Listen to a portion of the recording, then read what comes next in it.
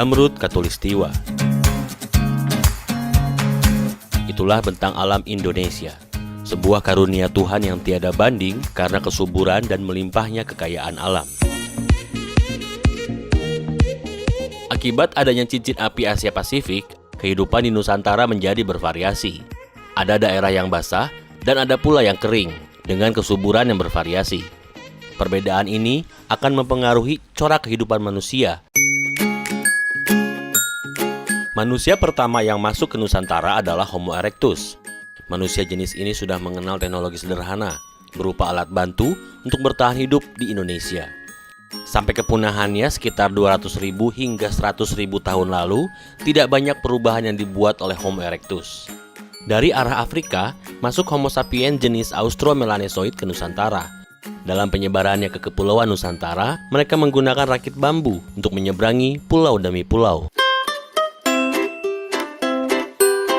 Pada periode kemudian, ras Mongoloid masuk dari daratan Asia dan disusul lagi dengan kelompok penutur bahasa Austronesia sekitar 4.000 tahun yang lalu, yang menjadi penghuni mayoritas kawasan Nusantara.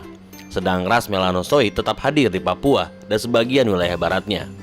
Meskipun terjadi persaingan dominasi antar mereka, terdapat bukti bahwa di antara mereka dapat hidup berdampingan, bahkan mungkin sekali kawin-mawin, sebagaimana dibuktikan oleh hadirnya ras Austromelanesoid dan Mongoloid di Jawa Timur dan Aceh, serta munculnya rangka individu yang membawa ciri-ciri ras gabungan di Pulau Sumba. Bangsa Austronesia sangat adaptif pada alam Nusantara. Mereka mengembangkan pertanian ladang, teknologi pembuatan kapal, teknologi logam dan membuat monumen-monumen megalitik, tradisi rumah panggung, tinggal di gua-gua, dan menciptakan karya seni indah berupa lukisan gua. Peradaban bangsa Nusantara lalu berkembang. Kontak dengan bangsa asing yang lebih kompleks terjadi pada sekitar abad ke-4 dan ke-5 Masehi. Pengaruh budaya Hindu-Buddha menjadi landasan ideologi keagamaan oleh para penguasa lokal, dengan mengembangkan sistem pemerintahan kecil tapi efektif, sesuai dengan kondisi lokal.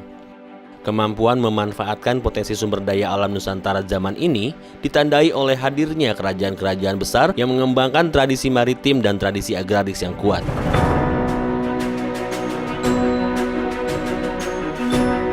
Bukti-buktinya bisa dilihat pada data yang berasal dari abad ke-8 hingga abad ke-15.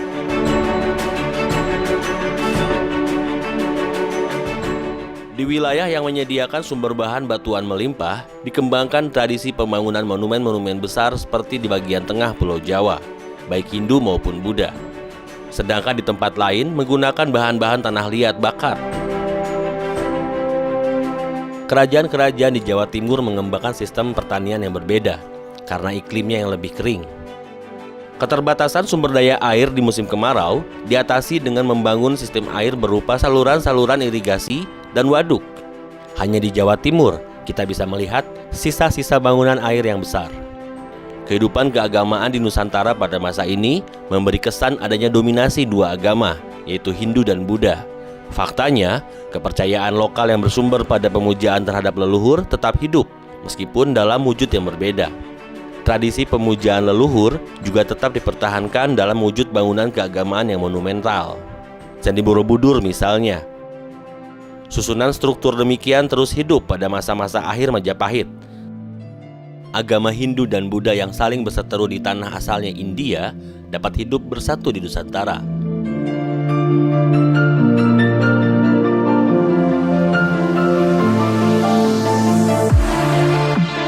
Sikap toleransi tidak hanya dinyatakan dalam ungkapan keagamaan Bhinneka Tunggal Ika, tetapi juga diekspresikan dalam bangunan peribadatan.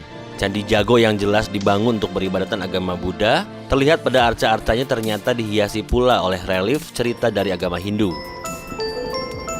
Tradisi penghormatan kepada pendeta Hindu dan Buddha terus dilestarikan di Bali hingga kini. Sejak awal, masuknya Islam di wilayah Nusantara tidak ditandai oleh konflik kekerasan seperti di Timur Tengah dan Eropa. Berita Cina dari dinasti Tang menyebutkan kehadiran pedagang Arab di Nusantara.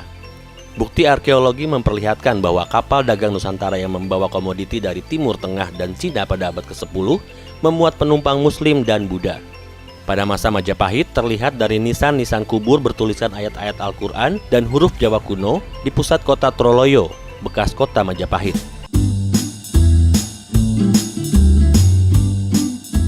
Di pesisir Jawa Timur, pusat Islam diberi kebebasan untuk berkembang secara mandiri.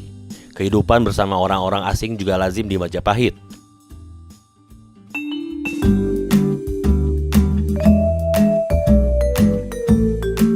Tradisi arsitektur yang memanfaatkan warisan-warisan lokal atau masa lampau juga mempengaruhi sikap arsitek-arsitek Belanda dalam membangun bangunan penting.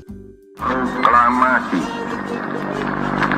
kami, bangsa Indonesia, dengan ini menyatakan kemerdekaan Indonesia. Era kemerdekaan yang dimulai dengan masa pemerintahan Soekarno dalam rangka membangun semangat membangkitkan nasionalisme dengan semboyan, karakter, and national building.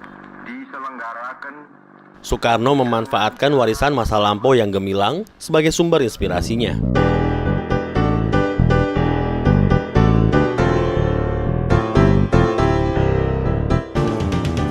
Awal pemugaran Candi Borobudur dirintis dan pemugaran Candi Induk Prambanan diresmikan. Di Jakarta, Soekarno memprakarsai desain Tugu Monumen Nasional dengan mengadopsi tradisi Hindu. Narasi diorama Monas bahkan juga menggambarkan bagaimana warisan masa lampau menjadi bagian identitas bangsa Indonesia modern. Atas alasan yang sama, Indonesia menetapkan peninggalan masa lampau yang penting sebagai cagar budaya nasional dan warisan budaya dunia.